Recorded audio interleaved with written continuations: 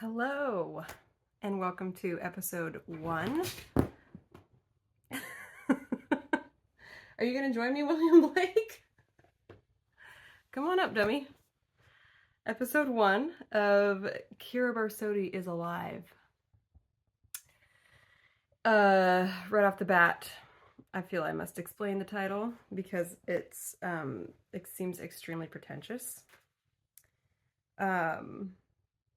It is a reference to the film Pontypool, which is a fantastic horror movie, low-budget horror film. Yes, it's violent. Yes, it's spooky, but it's a good one. Like, the story is fascinating. It all takes place from a radio station in the basement of a church in a rural Midwest town? Rural Texas town?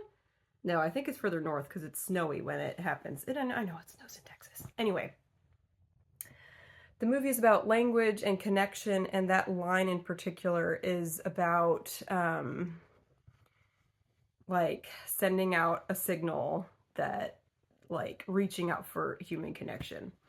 And this still sounds super pretentious, but it's been about 9 months since I recorded one of these little videos. I was doing Coffee with Ciara, which was a newsletter vlog that I tried to keep around 20 minutes.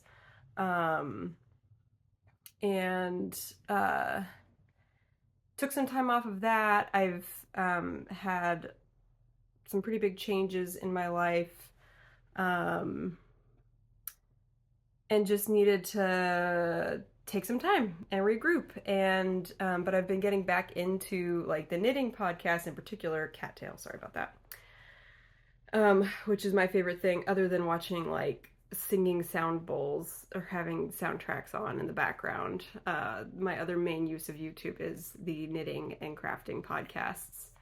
And what I love about them is that they're cozy and they connect people, and there's some really great, it's a really great example of good use of the internet to actually form connections. So, and I am treating myself to a second cup of coffee today for podcast day.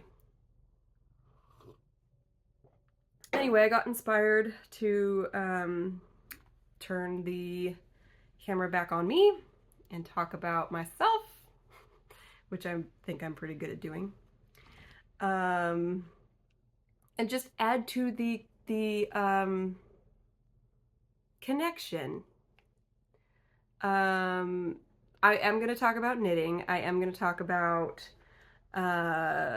my art practice. I'm going to talk about what's going on in my life, in my garden. I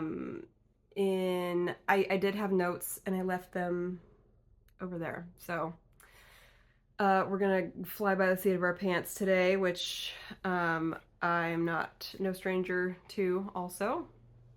Hopefully it won't be too rambly. I have about an hour to record. Both of my boys are out of the house right now, so that would be my husband and my son. So it's a good time to record. And what was I saying? Something about... Oh, and then I'm going to talk about some other goals I have. So I love goals. I am a goal-setting nerd. My relationship to goals has changed throughout the years. I used to be perfectionistic, and, like, if I didn't do it perfect, I would want to give up. And now I see goals as, like, goals. Like, it doesn't matter if you get there or not. The point is to make progress towards it. So, and you'll be better than before if you do take the steps to make the progress. So, yeah, so I want to share some of my, like, health and fitness goals and crafting goals and life goals, things like that. And I've got, like, itches and fluffs on my face because the cat, who is sitting in my lap right now, he will probably end up here at some point. So yeah, that's why I'm back, and that's what the new title is about. I also didn't want to, like, call it, you know, Ciara Makes or Ciara crafts or coffee with Ciara, which is what my last one was called, even though I am having coffee today. Because I don't want to pigeonhole myself. I don't want to like get stuck in a brand of like, gotta do this every time. The last few months for me have just been about like being a human. Not just being an artist who's trying to make money. It's not just being a spiritual seeker. It's not just being a mom. It's like all of the above, and like letting things unfold as they will, and not like getting stuck on specifics. Even though I love specifics. Anyway. So yeah, Ciara Barsotti's alive. The new, I wasn't sure if I was going to rebrand or not, but here we are. Also, full disclosure, this is the third time I have tried recording this video. The first time I ran out of space on my phone 20 minutes in, and I was like, I'll try again later. I was feeling really low energy that day anyway. The second time was about a week ago, and I ran out of space on my phone 3 minutes from my end, deleted some things, and then recorded a little end.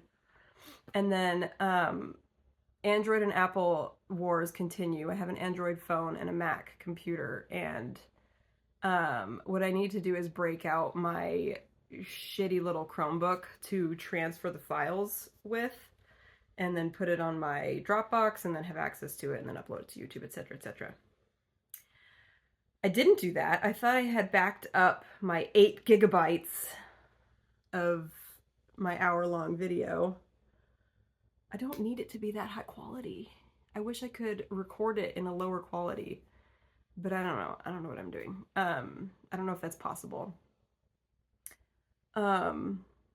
Because yes, the beautiful high quality camera focusing and everything is lovely to see, but I'm knitting most of the time when I'm listening to podcasts, so I don't really, and like, I get the gist, okay? I don't need to, again, my relationship with perfection has changed a lot over the years, and I did gaff.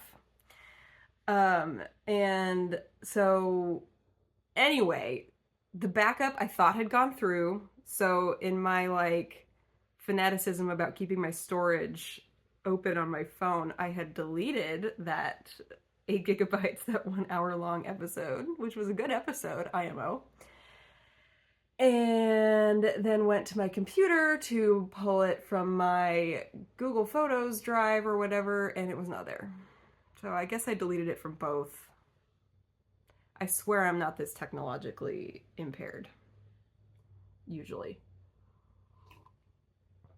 Anyway, third time's a charm.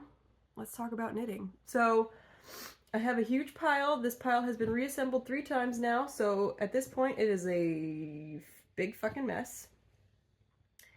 I'm mostly going to focus on things I've knit this year.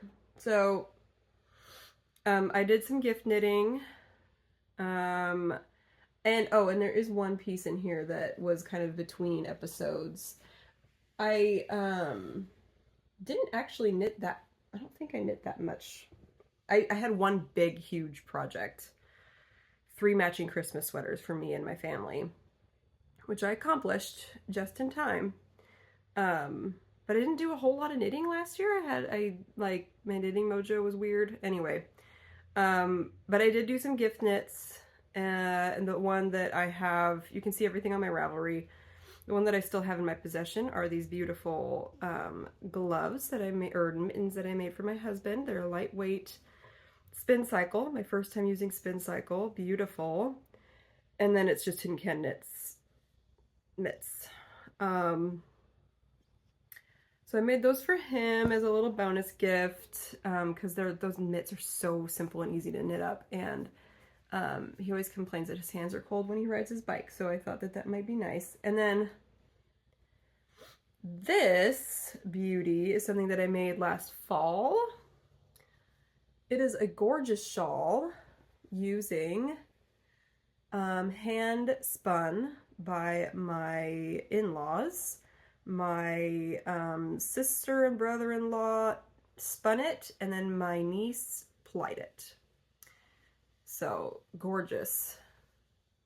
Pink and blue, which like it just looks like a sunset to me and I love it. And then the I forget what the pattern is. I think it's free. It was really fun to knit, really fast to knit.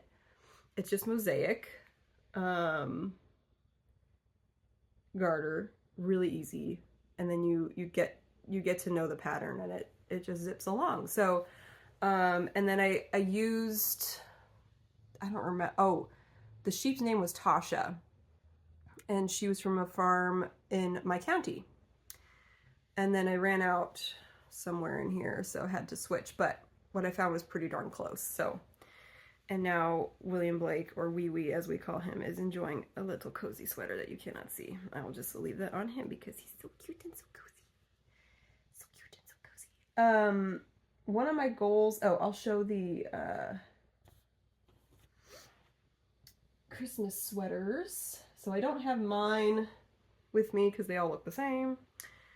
But this is, I always hold up three times in a row now. I've held up the back first. And the only way I know it's the back is because I can see the beginning of round jog there.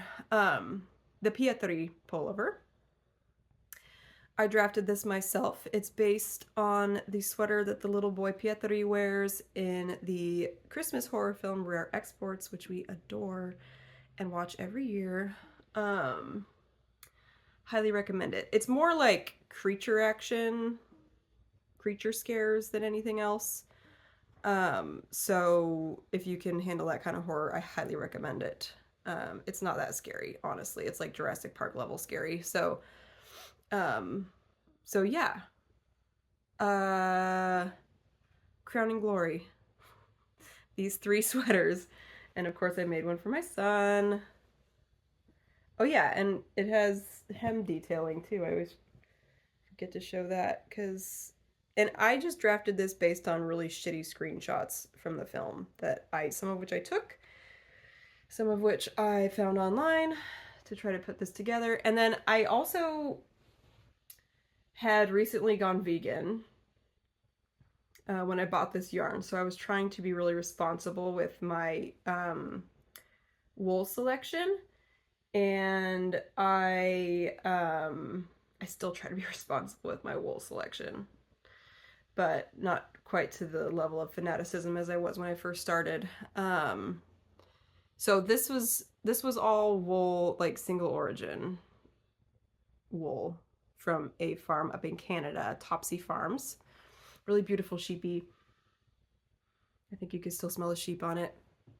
I can't tell because I have like coffee breath right now, so that's like flooding my senses. Anyway, but they do have a very limited color palette. So you can see there are 2 shades of green in here. There's much more. So this is like a dark heather green, and then there's a lighter green, and then there's black. There's more of a contrast, brighter colors in Pietri's actual sweater. But that's okay. These are ours, and they're still beautiful, and the pictures that we got in them are perfection. So very proud of that. Matching Christmas sweaters for all of us. My husband and I have the same yoke size, and I made his a little more fitted because I know he would like that. And then I knit mine first and followed Tin Can Knits' Strange Brew for the recipe. I think it's called Strange Brew. They're like any weight sweater recipe. And I need some water. Ugh, got my giant 1-gallon water bottle. Yes, I'm one of those people. That is not how much water I've drank today. I fill it up maybe once every day or 2, and I'll like show up to the gym and people will be like, have you had that much water to drink already? And I'm like, no, I started this yesterday at 1. Anyway, what was I saying? Sweaters, all 3. I don't remember, it'll come back. So one of my knitting goals is to knit through my entire stash. And when I started knitting in 2019, I still remember I had a little like Michael's like cardboard box with like the fun printed sides that I had my stash in, and I was like, look at my beautiful little stash.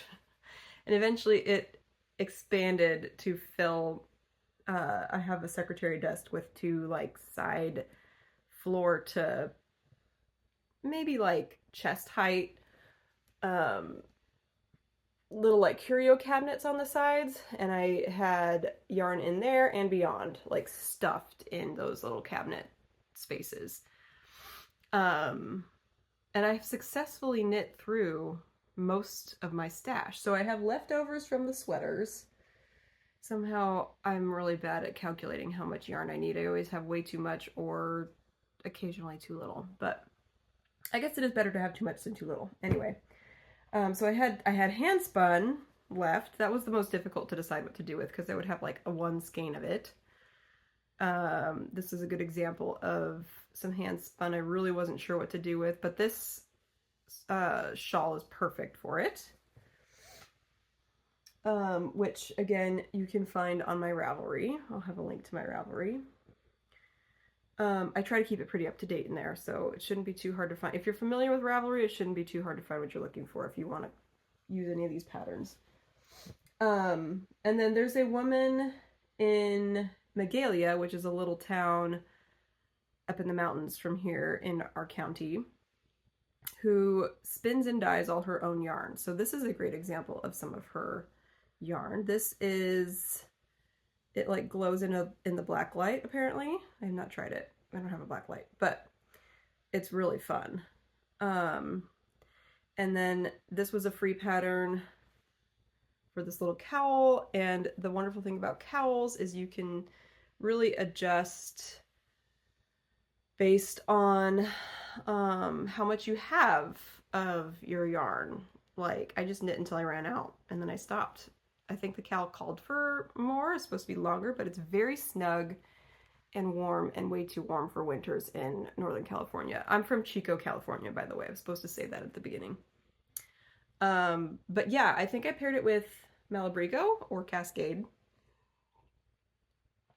I prefer to work with Malabrigo, but they don't always have the best solids that I'm looking for as like accents, so I will do Cascade. I actually prefer Knit Picks because they have the 100% Peruvian wool. I think Cascade does too.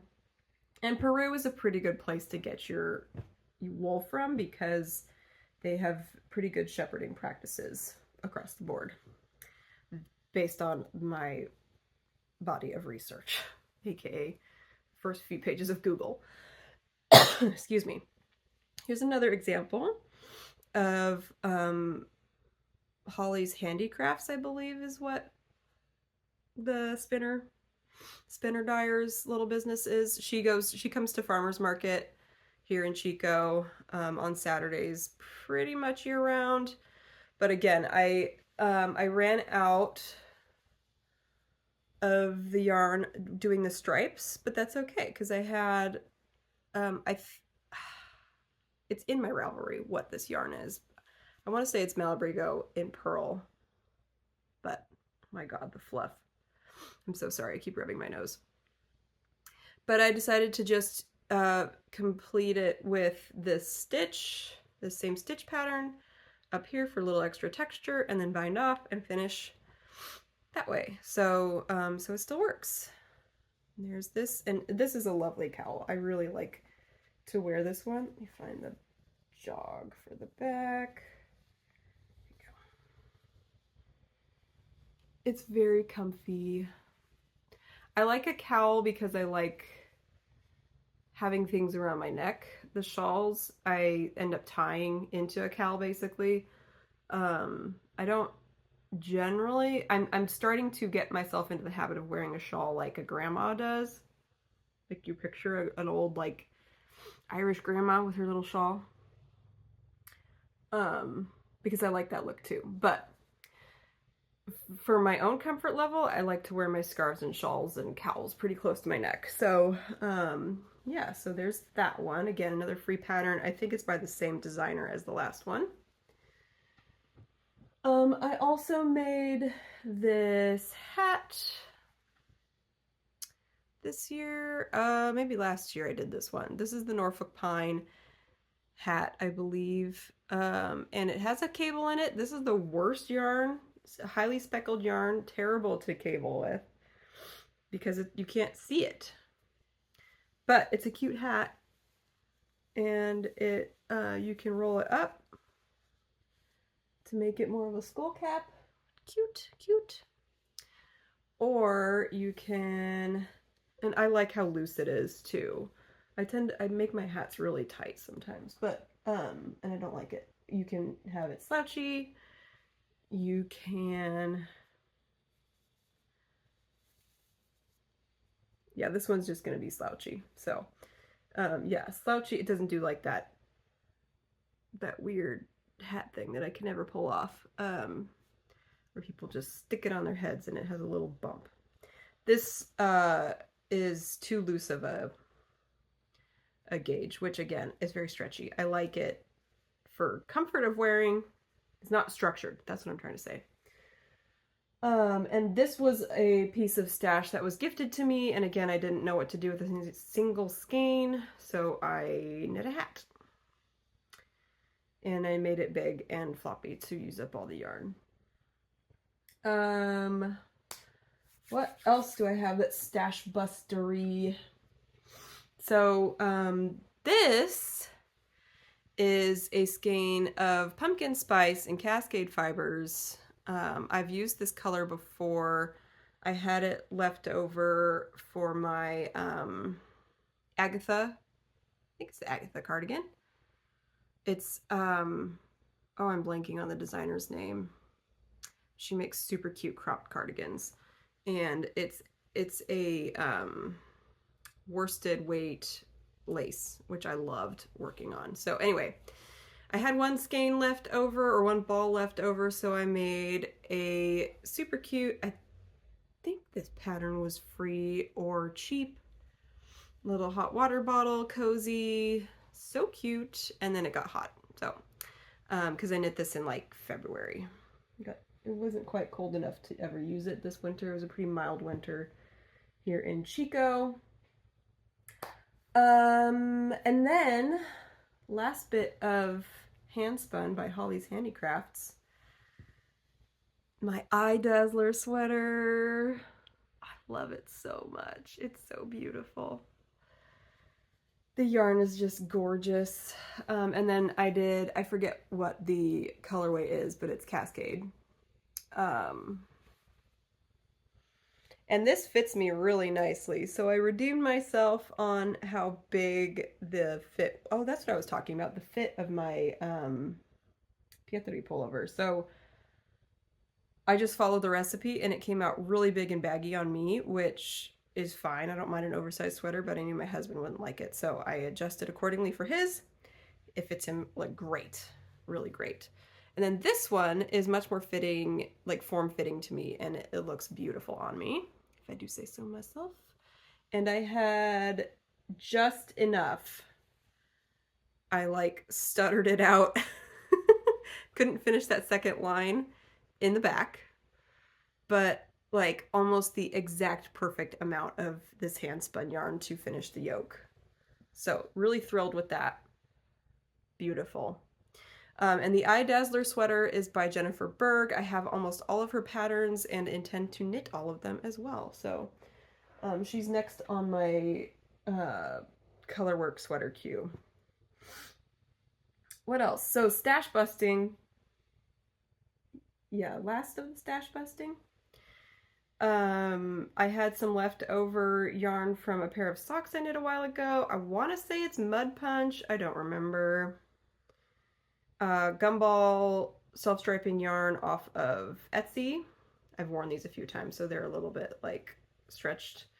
But I tried something new with this. I just knit a tube, which was great to take on the go. I like to have a pair of socks for on the go because you just knit in the round forever, and I like my 9-inch circulars for that.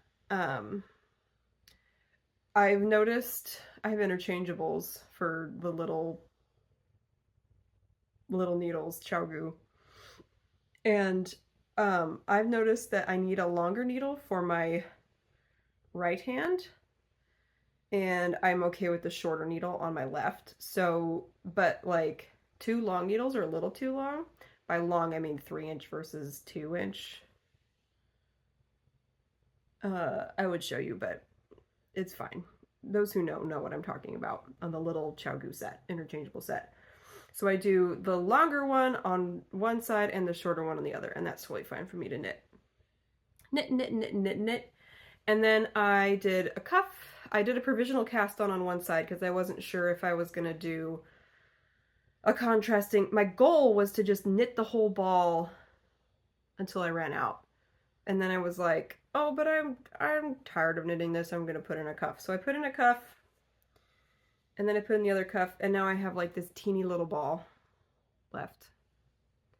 I should have just knit and then I went and got black stroll from Knit Picks for the heel and toe, which I cut in, and I ended up cutting the tube in half to put in the toes. So it was one big long tube, which I then cut in the heels and toes, and it worked out well. They fit okay, you know, they fit pretty well. Nothing will fit as well as a heel flap and gusset, but I knit socks to have something to knit more than like to have hand knit socks to wear. Although I do wear hand knit socks all winter long because I have enough in my collection. I'm starting to get holes in them, and I've darned my holey socks before. I don't think I'm patient enough in my darning process to do a really good job, so they end up getting more holes in new places. Anyway, because I exclusively wear my hand knit socks, they wear out pretty quickly throughout the winter. So, but I've gotten a few years out of those pairs, so it's actually not that bad. It just means I have to knit more socks. Oh darn. So yeah, that would have brought me down to nothing but the remainder of my Pietre pullover stash. I have like 4 balls left of the red. I don't know how I miscalculated so hard on that, but I will have to get more because I need to knit Hazel, our son, the next size up. I think he can get one more wear out of this one, but he will need another size up because he keeps growing, as children do. But I was visiting my sister-in-law and her family with my family in, they live up in Linwood, which is just north of Seattle, basically Seattle. She used to own a yarn shop. She's an avid knitter and spinner, and she destashed onto me a little bit, which was awesome. So I got some, again, single origin, beautiful rustic sheepy yarn from Sweet Shop yarn, I want to say. 3 skeins of DK in this color and 3 skeins in like a natural cream. So these are undyed, natural, beautiful sheepy yarn. I love working with the rustic yarns. And then this is the Dustland Shawl by Stephen West. And again, glorious thing about shawls, you can just knit till you run out of yarn. So I got like maybe a third of the way through the second repeat of the big chunk in there, and it still looks gorgeous. Yeah, it's not as like huge as the original pattern, but I can still do this and tie it to hide underneath. And I have a gorgeous shawl with a cute little tie in it. I love it. We got to see Knit Cave a couple weeks ago in San Francisco, and I brought it and wore it in the morning because by 10 a.m. it was too warm to wear it. I was disappointed. I was like, San Francisco, I want it to be cold. That was my beef with living in Santa Cruz, I was like, I either want it to be 55 degrees all year round or have actual seasons. And I didn't get either of those things. I think I need to live in Humboldt if I want it to be 55 degrees all year round. I wouldn't say no to living in Humboldt County. In Eureka or Arcata, that whole area up there. Gorgeous. Anyway, Dustland shawl, super fun to knit. Really quick. It went really quick despite there being, I think I was up to 400 stitches on the needle at the end. So, and I'm really glad to have a neutral shawl. I don't have a lot of neutral shawls. I tend to, I'm leaning into the neutrals these days. Because I have so many bright, colorful things in my knitting wardrobe, and it's good to have some neutrals. That is not to say I'm not going to keep choosing crazy, colorful patterns and things to make my clothes with. I made this dress I'm wearing. This is a spoon flower fabric. It has cheetahs on it and rainbows and flowers, and it's so cute. I love it. I get compliments on it all the time. It's purple. But when you have, sometimes I don't want to go out with all of my clashing patterns all at once. Sometimes I do, but it is nice to have a neutral option to pair with your crazy other things. Okay, 2 more things, 2 more hats. This hat is knit with yarn I got in Japan. So my husband and I took a trip to Japan. It was amazing. I'll probably talk more about Japan in my next episode. It was really high on both our bucket lists. And we had never been out of the country together in all our 15 years of marriage. He got a lot of trips through his grad program while we were married, and we, as grad students, could not. He was a grad student. I was working part-time. We could not afford for me to like fly off to Turkey with him or go to Mexico City with him. So he's gone places. I've gone places pre-marriage, India and Israel. I was born in Ireland. That counts, I guess. But anyway, this was our first trip together. We got to leave Hazel with my mother-in-law. And it was an amazing 8 days, and we stayed in Tokyo, and then a couple nights we went out to this little village called Okutama, and we knew there was a spinning shop there, or a spinner, because it was on the map, but we went by the house and it was clearly just someone's home. It was not like a storefront. Fortunately, I found her yarn there's a little booth vendor system where you bring your thing up and they've got like their booth number and then you pay them and they make sure they get the money. That whole system up above the train station there, and I found some of her yarn. So I got 3 skeins of this beautiful, I assume it was a she. That's not fair to do, but I got some of her yarn. I'm just gonna keep calling her a her. Gorgeous. She does teach too, so but I'm pretty sure she did all these. I got a little like hair tie brooch. I will grow my hair out again someday. This is my cycle. Long, short, long, short. It grows pretty fast. So especially, okay, side note, I've been making a rosemary spray for my hair with rosemary from my garden. It's really easy. You boil rosemary and then you let it steep overnight and then you pour it into a little jar. You strain it and you just spray it on your hair as often as you want. I do it after every shower and my hair grows so fast. But I'm enjoying the short for now, especially with summer. It's really hard to have awkward transition hair in the middle of summer. I either want it all the way off my neck or to be able to like keep it up all the way off my neck in summer. Anyway, I made a hat. I got these 3 skeins for like 25 bucks. Yeah, I think it ended up being just over 100 grams total, but these hand spinners don't charge enough. The lady in Magalia does not charge enough for her hand spun, hand dyed. I tell her that. I think I've told her that. I should tell her that again. But she just does it to have something to do, and then she's like, I have too much yarn, so I'm gonna sell it, which is a beautiful thing. I also love that there's affordable hand spun, hand dyed options, and people aren't just out to make as much money as possible. Not a bad thing in and of itself. I've been there, done that.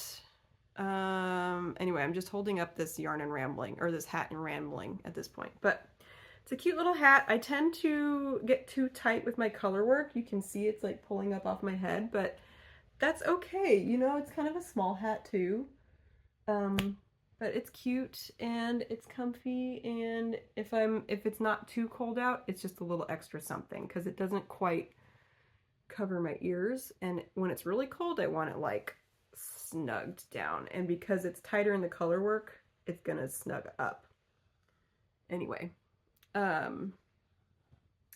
which leads me to my last project I'm going to share of finished projects, and then I have a couple of whips. When we went to visit my family in Seattle, we also spent a week in Idaho. We took like a 16-day road trip with Hazel. It was really fun. He did great. My brother-in-law's girlfriend, not quite sister-in-law, did a great photo shoot of my family, and to thank her, I wanted to make her a hat. So this is a pattern she picked from my hat favorites. It's the Alpine Bloom hat by Caitlin Hunter, and these are the colors she picked, which I think are glorious. And I got this little pom-pom. These are Knit Picks Stroll, I think it's Stroll DK. I like their non-superwash 100% Peruvian Highland wool, and I love all their colors, and I love the price. Knit Picks is a favorite. I don't, however, really care for Knit Picks pom-poms. They're really cheap looking, but it matches. And again, my color work is much tighter than my rib, but I think that Lee will like it anyway. So this is one that like I personally am comfortable needing to wear really snug in order for it to stay on my head, because but you could wear it slouchy too. Lee wears hats all winter long, so she knows how to wear a hat. Anyway, okay, now that my hair's all messed up from hats, that was a lot. I will not have that much to share. I don't know how frequently I'm going to be doing this. Maybe every couple weeks. Maybe once a month.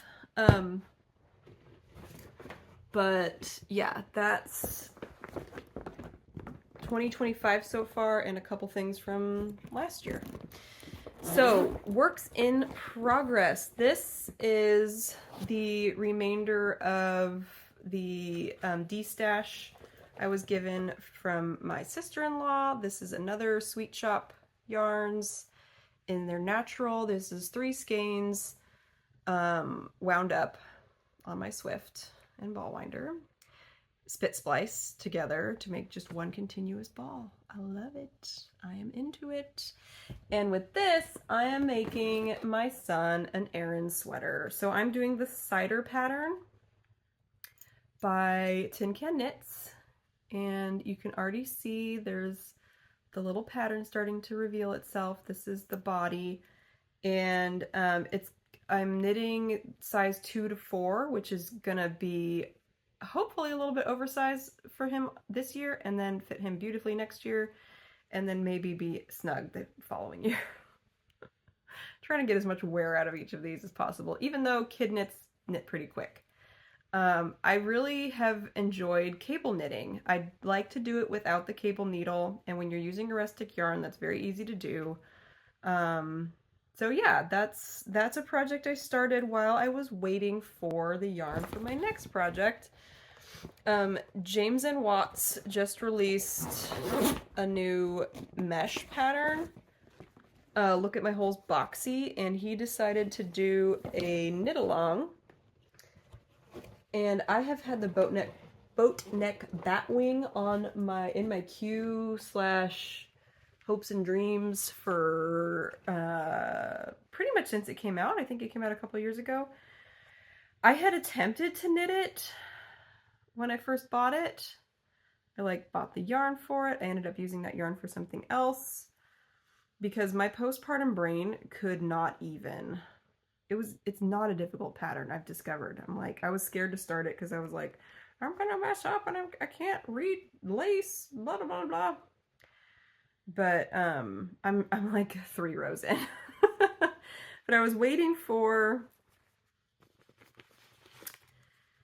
this silk by Knitting for Olive in Pea Shoots, the color Pea Shoots. It looked a little more grass green on the monitor, but I'm okay with it being a more neutral green. That's okay with me. The important thing to me is that this silk is harvested, the cocoons are harvested after the worms leave the cocoons.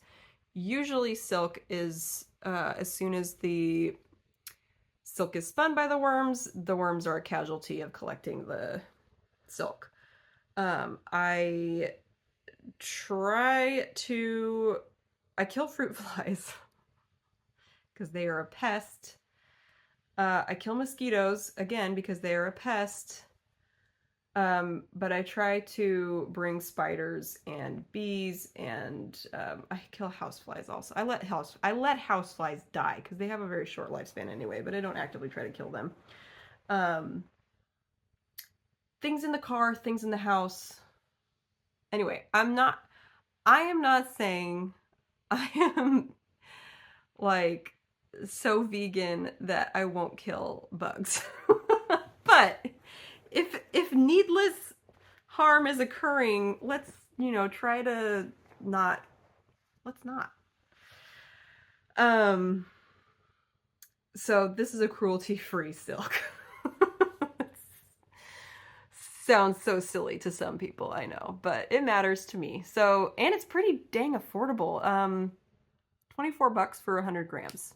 Not bad.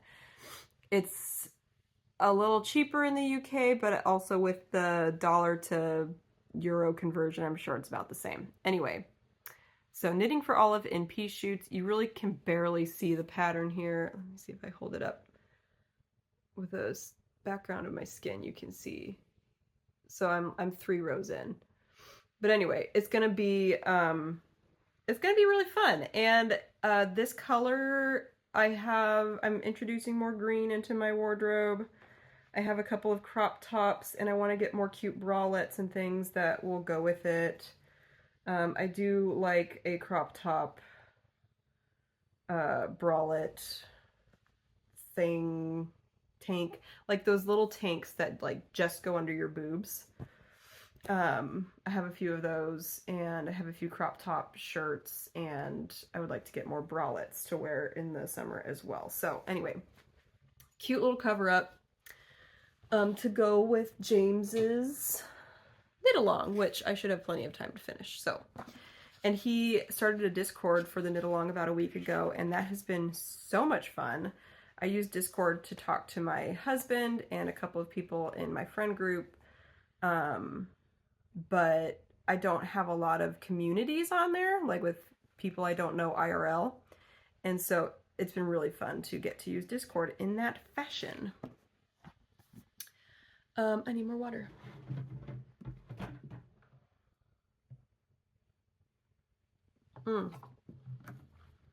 I got this cute Stitch Witch sticker from Joann's.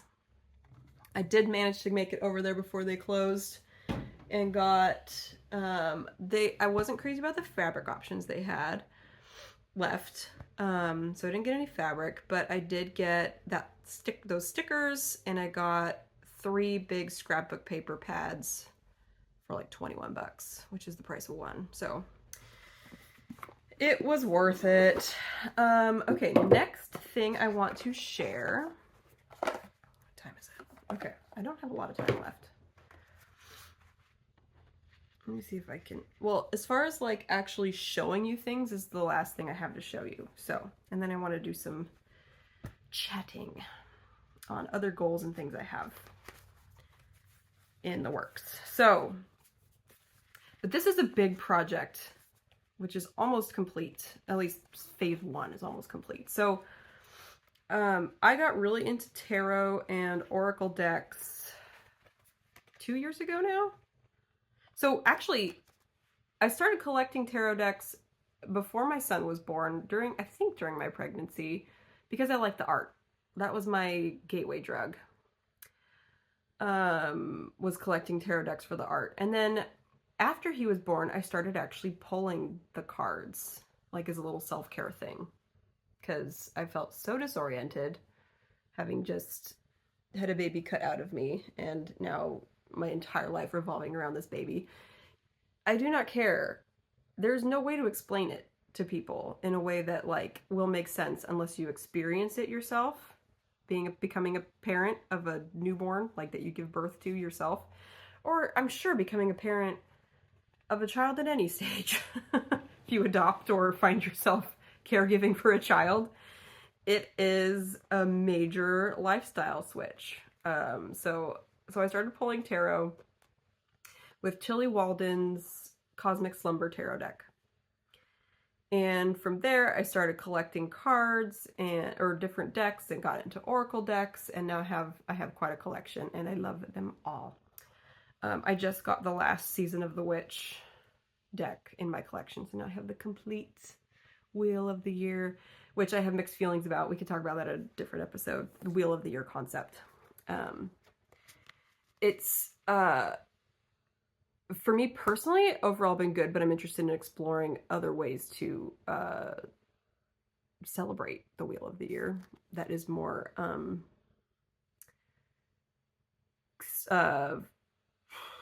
focused on my local climate, if that makes sense. That's where my conflict lies. I will get more into that anyway. Anyway, I'm making my own oracle deck. All that to say, I have 33 out of 36 cards complete. My Sacred Southwest Oracle deck, which celebrates the flora, fauna, and phenomena of the American desert. If you're familiar with my past work, I have always had a fascination with the desert. I have a very love-hate relationship with heat, which is why I don't think I would want to live in the desert. Also with dryness. We'll talk about my dry-ass feet later. My skin does not like the dry. My well-being does not like the heat, but I love the desert. I find it a magical, magical place. So I'm just going to flip through all the cards I have so far.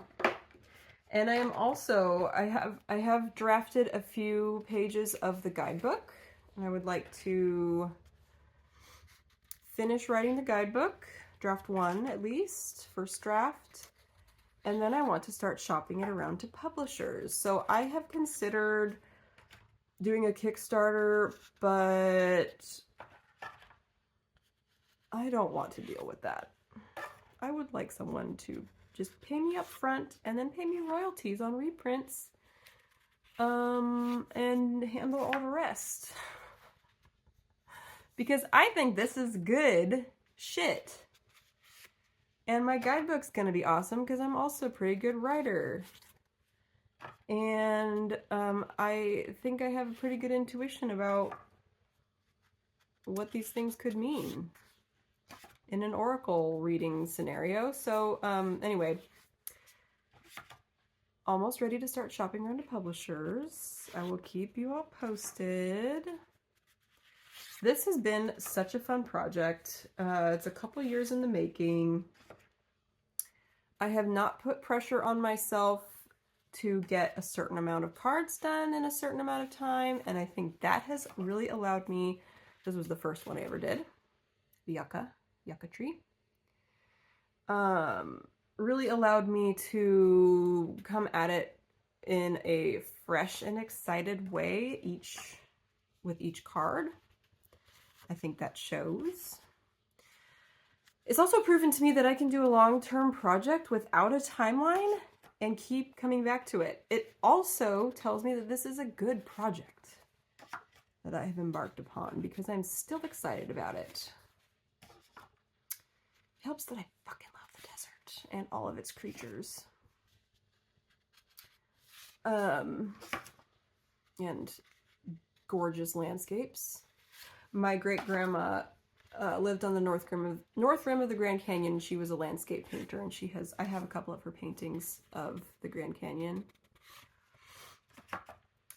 Anyway, did you know the hummingbirds, male hummingbirds, some of them do this? They like flare out when they're doing their little mating dance. Isn't that cool?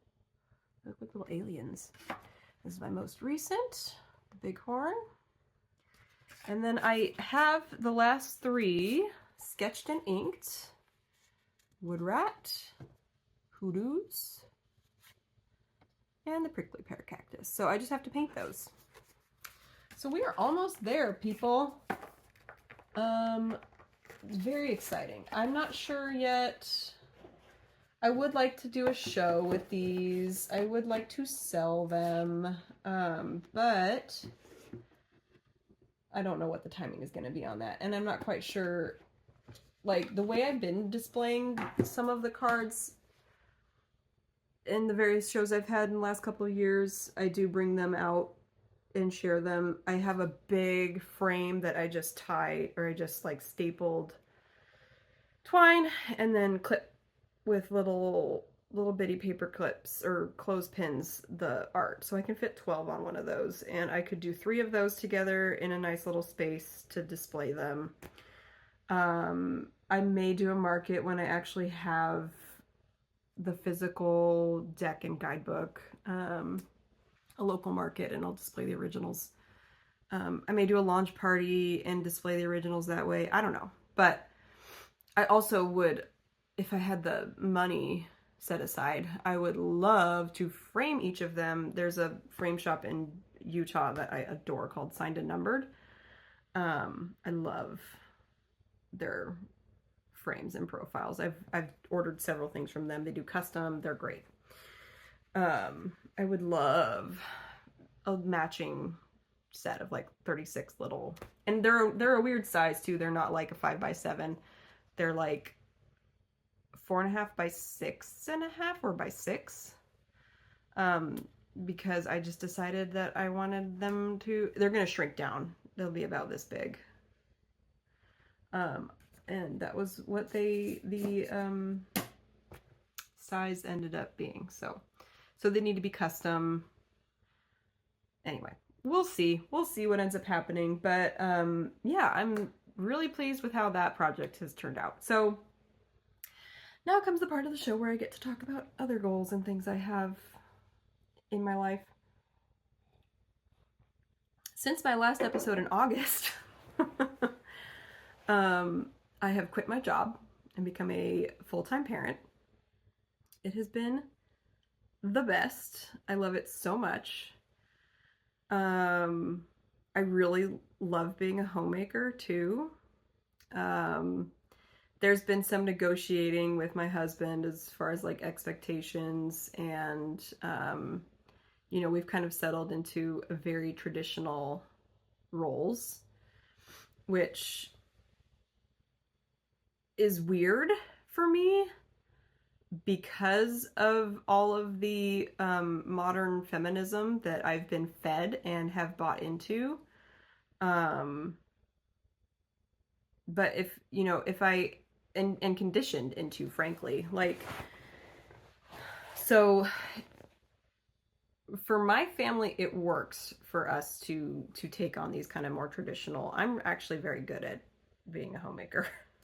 Very good at like being a household manager, cleaning. I'm getting much better at cooking and really enjoying cooking.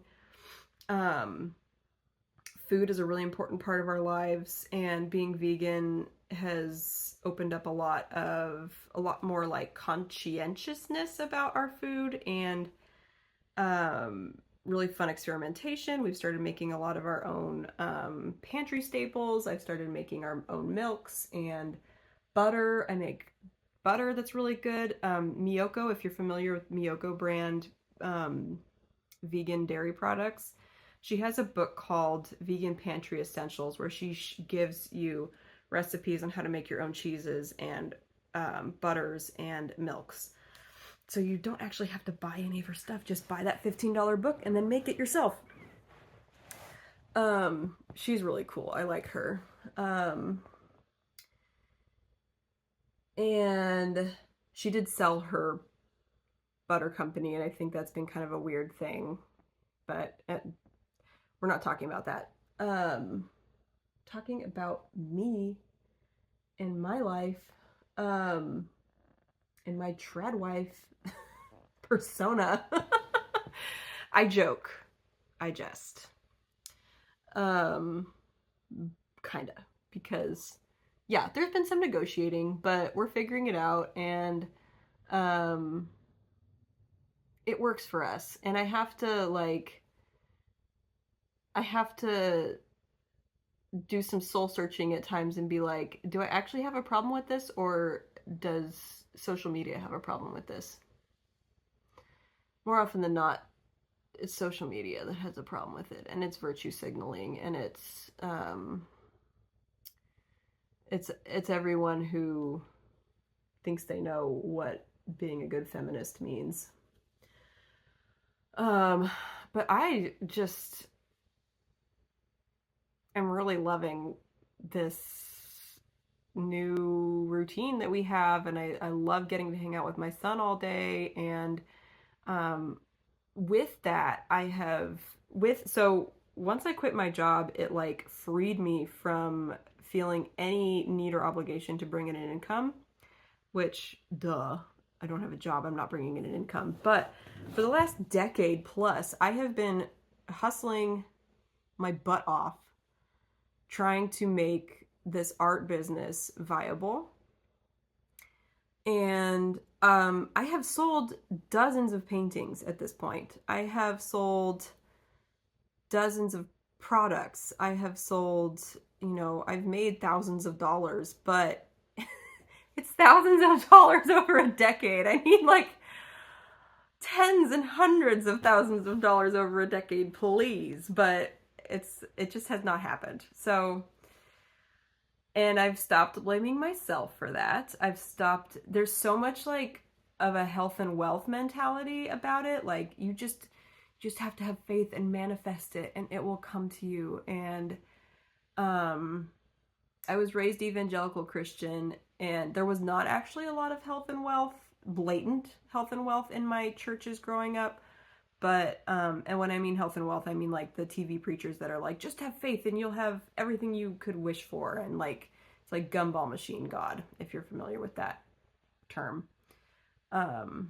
Where, you put in your prayers and you get what you want. And if you don't have what you want, or you're whatever, then you're being punished and you don't have faith. And there's a lot of that in the that kind of manifestation, girl bossy world. And yes, they all say, you also have to work your ass off and have, the entrepreneurial lifestyle is way out of balance and out of whack for a lot of people. And I think especially in the West, we have a weird relationship with work. We have a weird relationship with money and possessions, and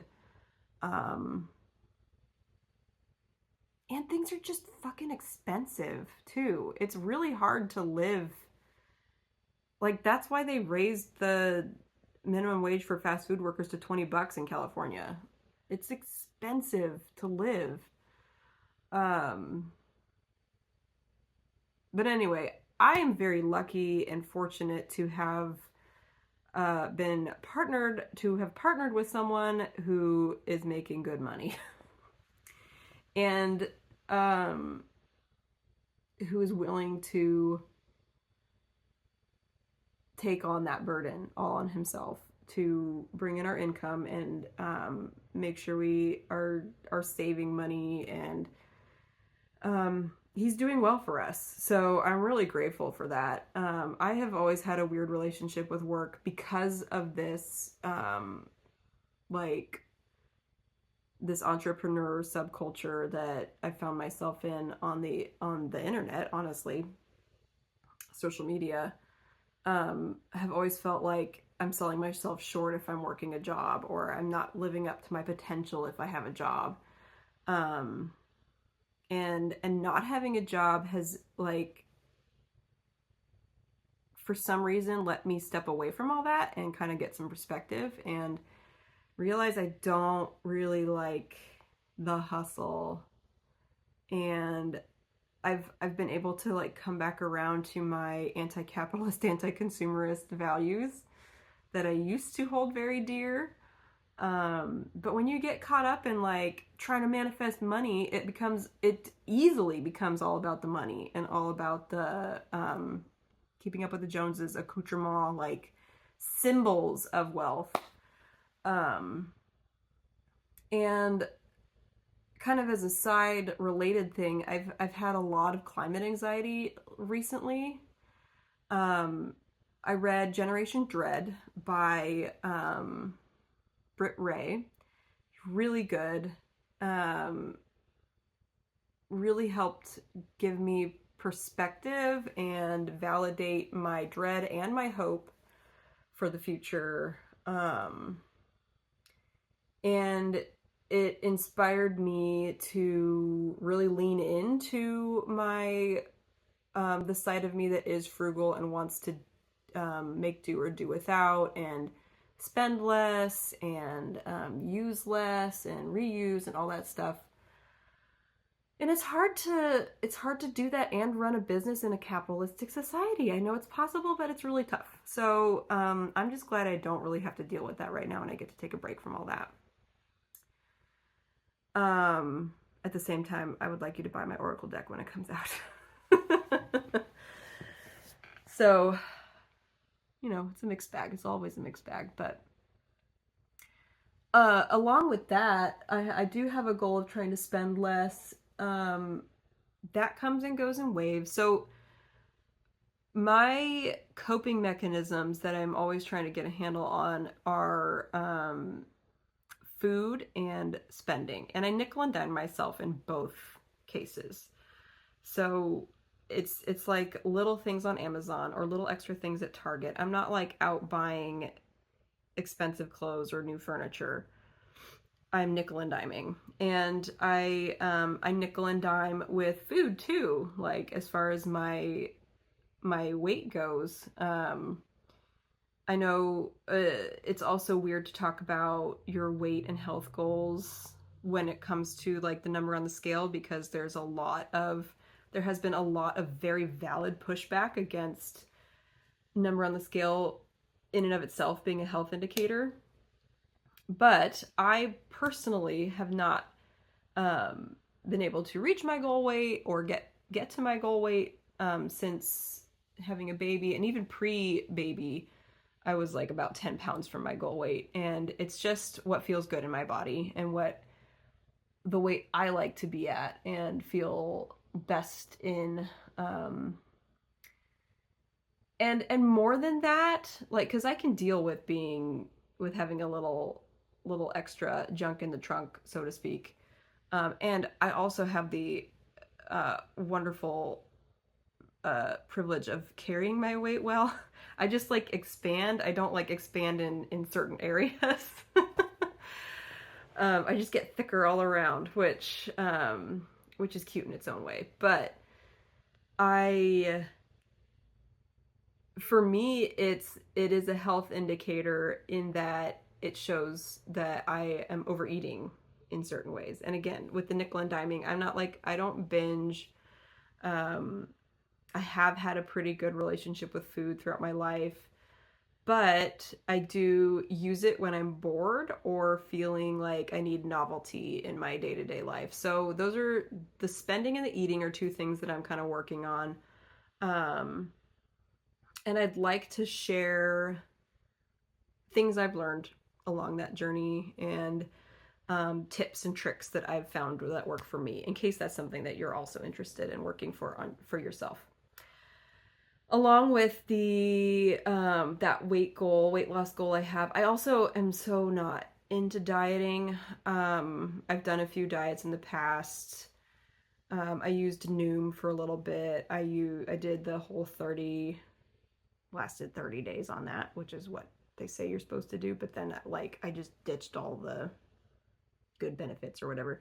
I'm very much not into blocking myself, well, except for being vegan, very much not into blocking myself from entire food groups, or categories of like good and bad foods. And even then, I have nothing against eating meat or animal products. For me, it's all about the like entire ecosystem picture and the environmental impact of consuming animal products, and also the animal welfare aspect. I think there is a more respectful way to kill things than the slaughterhouse. That goes along with like corporatizing our lives, which just dehumanizes everything.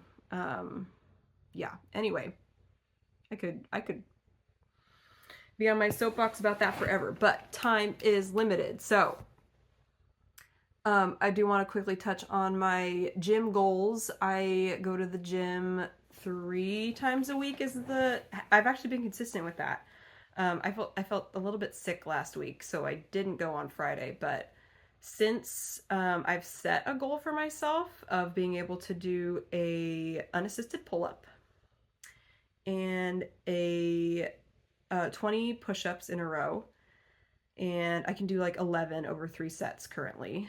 And they're not like all the way down. I need to look in a mirror. I feel like my arms aren't quite at 90 degrees when I do a push-up, but working on it. And then I would love to be able to do a dragon pistol squat, which is just a crazy party trick. If you're familiar with a pistol squat, it's just a regular pistol squat is one leg with your other leg straight out in front of you, and then squatting all the way down, ass to grass, and then getting back up from there. And that's hard enough as it is. I cannot even do one with my leg.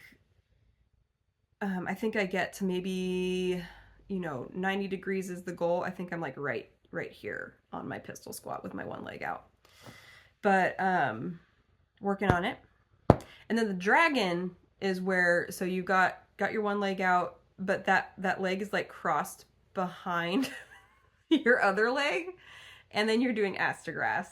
It's nutty.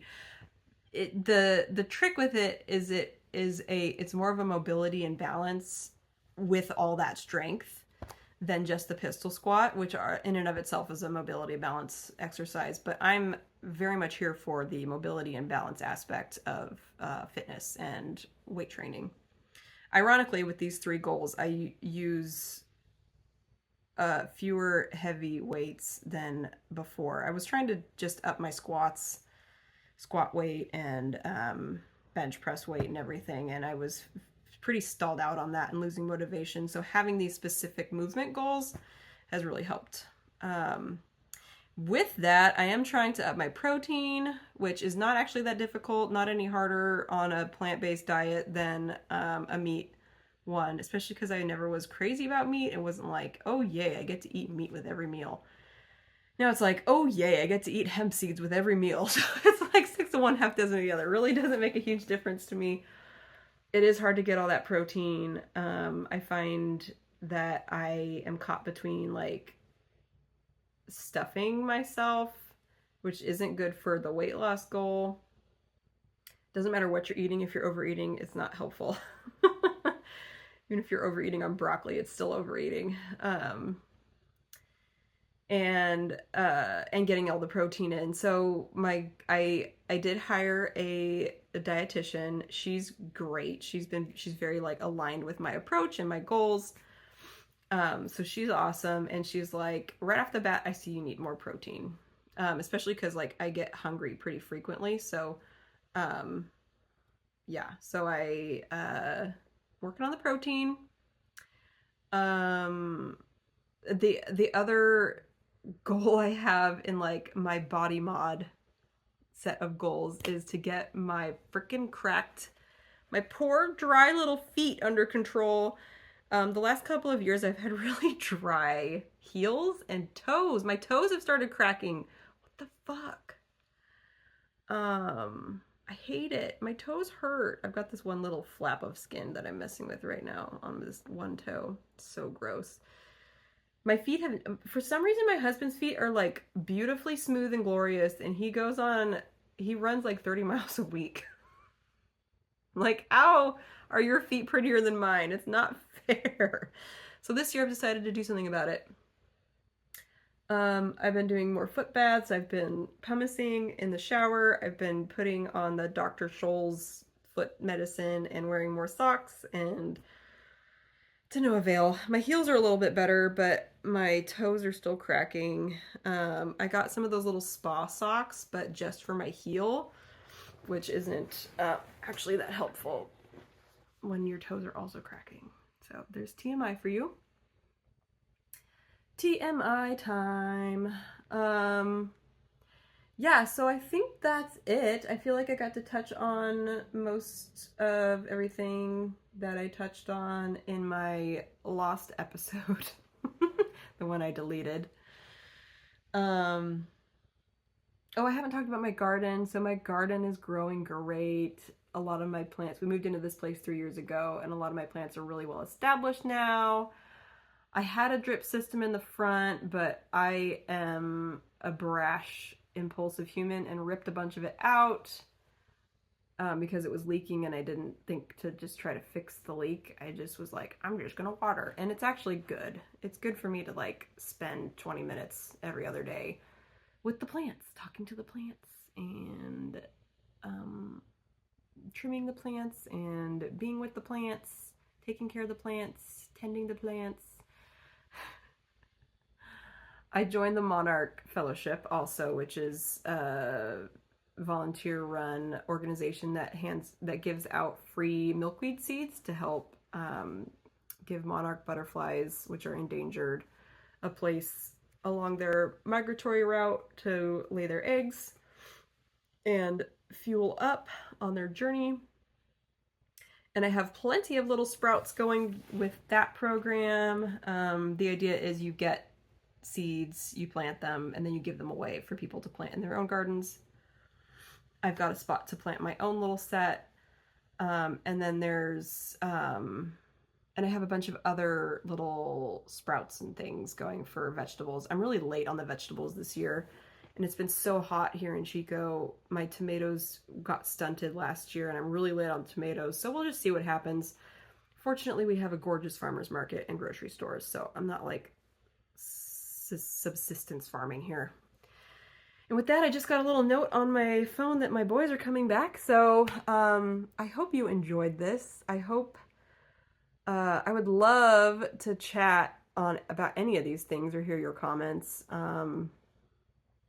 Yeah, just I'm here to put more positivity, not toxic positivity. I'm actually a pretty melancholic person, especially off Lexapro, by nature. But you know, the world could use more good news, more connection. That's been a goal for a long time for me with my art, is to help people feel connected and seen and less alone. So with that, I hope that was achieved here, and I will see you when I see you. Bye. Hello, I'm back. This is why I should have my notes with me, because I completely forgot. I want to include a whole section that I call Consumer Report, where I report on what I have been consuming. So my consumer report for this episode, we have been watching the show Dark Winds, which is set on a Navajo reservation. It's like a police procedural mystery, and we both were expecting it to be a lot more like, by we I mean my husband and I, both were expecting it to be a lot more like Twin Peaks meets X-Files, and it kind of sort of is, but it doesn't quite deliver, which is too bad. I wanted it to be so much better than it is. But it's still fun to watch, and I like the main actor who played, I don't remember his name, it's like on the tip of my tongue, but he played Hansi in the second season of the Fargo TV series, which we loved that character too. So it's fun to see him again, even though it's like George Lucas wrote the script and directed, and no one can deliver lines. I do not blame the actors for that, though. It's fun. I like all of the witchy stuff. That's fun for me. There's not enough of it. And then, so yeah, we've been watching that. What else have we been watching? I feel like we're all caught up on The Bear. Enjoyed that very much. And then I've been consuming a lot of podcasts. I'll talk about podcasts at the end of this little section. And so that I can talk about what I've been reading, aka listening to on audiobook. I just finished Heir of Fire, which is number 3 in the Throne of Glass. I know it like kind of, you can read them in like either the order they were written or the order they're quote supposed to be read. My friend Hannah has been leading me down this path of all of the Sarah J. Maas books. Maas. She's not who got me into ACOTAR, but when she discovered that I was into ACOTAR, she was like, give me play-by-plays. So, yeah, I loved that series, and I am also enjoying Throne of Glass so far. So, I try to get books from Libby as much as possible, but they were having a mega sale on Audible for the entire, I think everything by Sarah J. Maas, so I just went ahead and bought everything from the Throne of Glass series, and so I'm slowly working my way through that. But also I'm in a book club, which is fun. We meet every like 6 to 8 weeks, so it's a very easy pace, and we can like read other things in between. By we, I mean my friend Lily and I are probably the most avid readers. No, that's not true. Our friend Lisa also reads audiobooks like there's no tomorrow, but Lily like physically reads books still. I do audiobooks because I love to multitask. I'd like to either be knitting or cleaning or drawing or at the gym, and I can still listen to my audiobooks. So that's what I like to do. The next book we're reading, I should have looked it up before I hopped back on here. It's The Sea of Unspoken Things, I think, by Adrienne Young. We're supposed to have that done by the end of June. So, again, it's so new. It wasn't on Libby and at my library yet. And then they didn't have any copies of it at the library that were available. So I think I do have a hold in, but I don't know if that's gonna, I wasn't sure if that was gonna happen in time, so I just went ahead and used one of our little Audible credits for the audio on that. And, oh no, now I'm showing storage is low. Gosh dang it. Okay, well, until it cuts me off, let's just keep going. Yeah, so that's what I've been reading. I read this book called Mother God by Sylvia Browne, who I hadn't heard of before. She's a Gnostic Christian. She's also a psychic.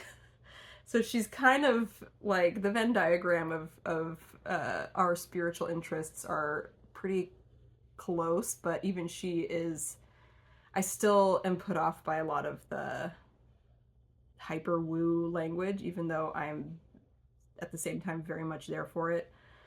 But it's about like the feminine principle of God. So it's really interesting concepts, a little bit culty, but you know, I want to read more about the goddess because that was not part of my upbringing, and it's something I've been exploring. So I read that. It was quick.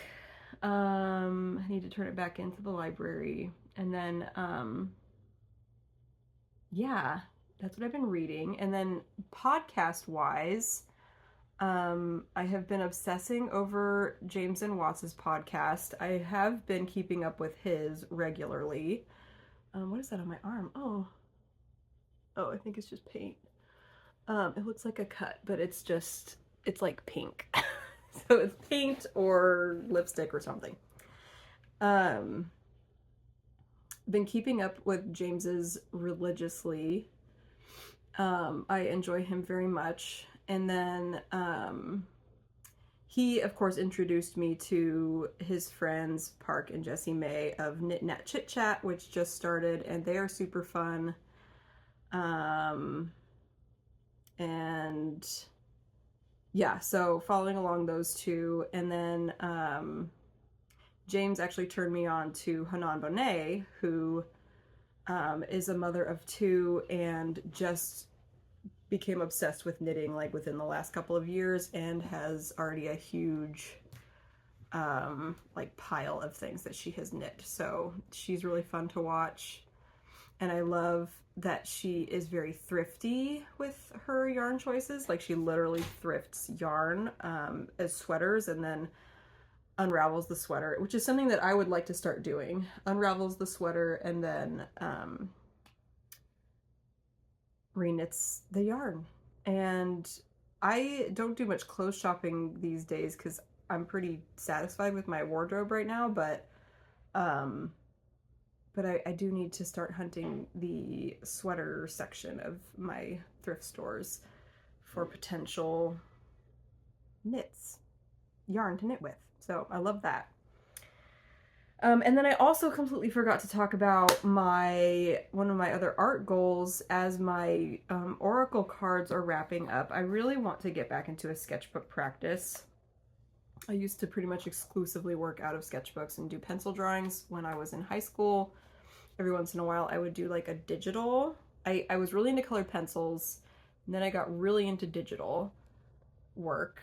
And but I would sketch and sketch and sketch and sketch between working on my like big, you know, final big pieces, whatever the word is. But I would love to incorporate a sketchbook practice again, so I splurged and got myself a art moleskin, which was $30. I still have some money left in my like art budget account, and I'm still sticking money in there as I get commissions and sales and things, so I can keep buying myself art supplies.